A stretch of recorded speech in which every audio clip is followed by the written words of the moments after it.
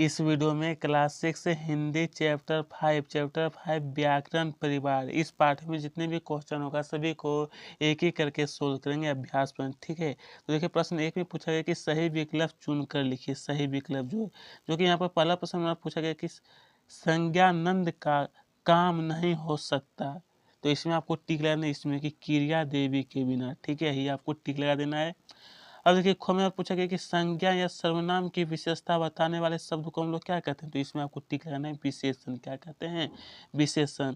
अब देखिए प्रश्न 2 में पूछा गया कि रिक्त स्थानों की पूर्ति की, यानी ये जो दिया है इसको आपको पूरा करना। देखिए कि अपनी भाषा को बिगाड़कर विदेशी शब्द के शब्दों की मिलावट से हम अपनी संस्कृति पर गहरा, देखिए यहाँ पर आपको भर देना है। मैं सिर्फ आपको बता देता हूँ। आघात, एक को में क्या भरना है आपको? आघात। और यहाँ पर आपको क्या भरना है?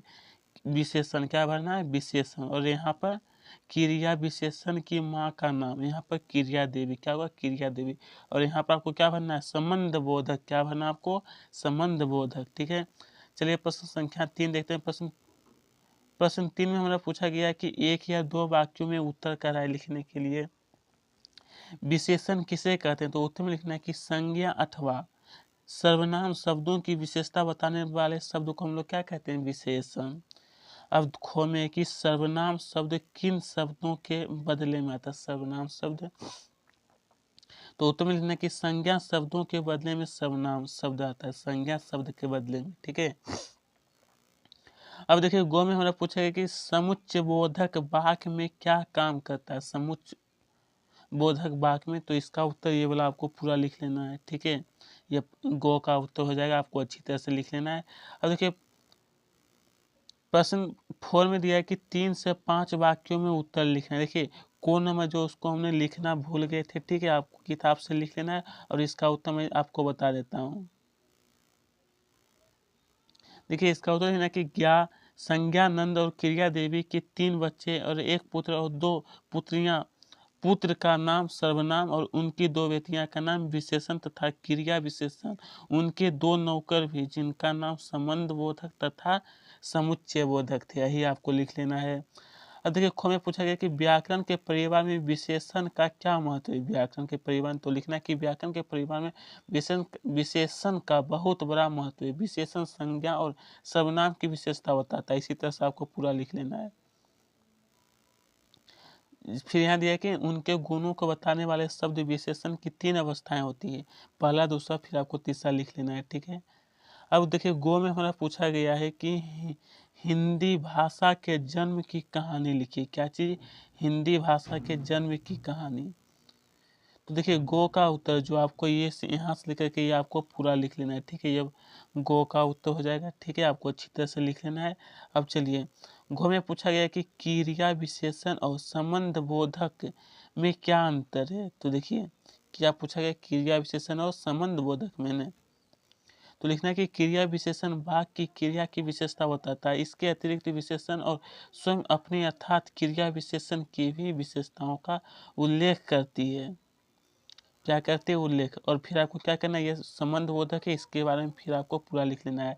यह घो का उत्तर हो जाएगा। फिर देखिए प्रश्न 5 में पूछा गया कि सोचिए और बताइए। क्या है? सोचिए और बताइए। क्रिया विशेषण विशेषण से किस प्रकार भिन्न है? क्रिया विशेषण जो है, तो देखिए इसका उत्तर जो है आपको ये वाला पूरा लिख लेना है। ठीक है, यह प्रश्न 5 का को का उत्तर है, आपको अच्छी तरह से लिख लेना है। अब चलिए इसके आगे हम लोग फिर देखते हैं। खो में देखिए हमारा पूछा गया है कि संकट के समय यदि आपके मित्र साथ छोड़ दे तो आप क्या करेंगे? संकट के समय, तो देखिए खो का उत्तर जो है आपको ये वाला पूरा लिख लेना है। ठीक है, जब खो का उत्तर हो जाएगा आपको अच्छी तरह से लिख लेना है। अब देखिए गो में हमारा पूछा गया कि विषमयादि बोधक शब्दों से हम अपने मन के किन किन भावों को प्रकट कर सकते हैं? विषमयादि शब्द से, तो लिखना है कि विषमयादि शब्द हमारे मन के भय, आकाश, कष्ट, खुशी, प्रशंसा, अचंभव आदि भावों को प्रकट करता है। ठीक है, ये गो का उत्तर आपको लिख लेना है। अब देखिए प्रश्न 6 में दिया है कि अनुमान और कल्पना के आधार पर आपको उत्तर देना है। अनुमान और कल्पना के आधार पर, ये देखिए को प्रश्न और इसका उत्तर ये वाला आपको पूरा लिख लेना है। देखिए इस पाठ में बहुत प्रश्न है। ठीक है, तो जो कि सबका उत्तर आपको बताना है। तो ये को का उत्तर आपको लिखना है, ये ख नंबर प्रश्न है और इसका उत्तर देखिए, ये वाला आपको पूरा लिख लेना है, ठीक है।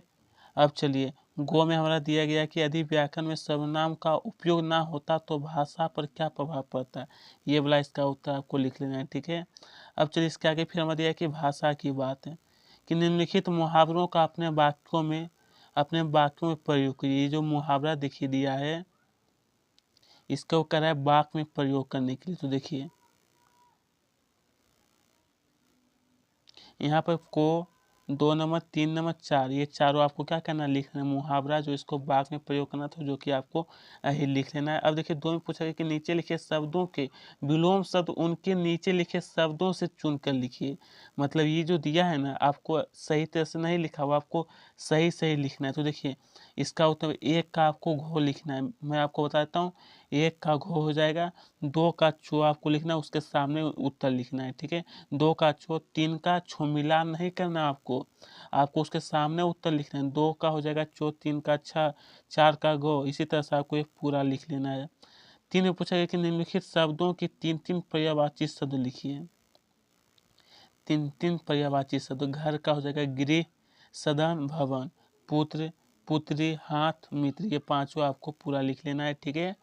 अब चलिए, अब प्रश्न संख्या 4 में दिया कि निम्नलिखित कथन किसके और उनके विषय में एक एक वाक्य लिखिए। तो देखिए ये हमारा को नंबर है, ये हमारा को नंबर, इसका उत्तर जो है आपको ये वाला पूरा लिख लेना है, ठीक है। और ये ख नंबर प्रश्न पूछा गया, 2 नंबर प्रश्न, इसका उत्तर ये वाला आपको पूरा लिख लेना है। अब चलिए ये देखिए 3 नंबर है और 3 नंबर का उत्तर नीचे जो दिया आपको लिख लेना है, ठीक है। और 4 का भी उत्तर दिया ही गया, आपको लिख लेना है। अब देखिए निम्नलिखित वाक्यांशों के लिए एक एक शब्द लिखिए, वाक्यांशों के लिए। तो देखिए ये जो है ना, इसका सामने आपको उत्तर लिखना है, तो मैं आपको बता देता हूँ। इसका उत्तर ये पांचों दिया, आपको पूरा लिख लेना है, ठीक है।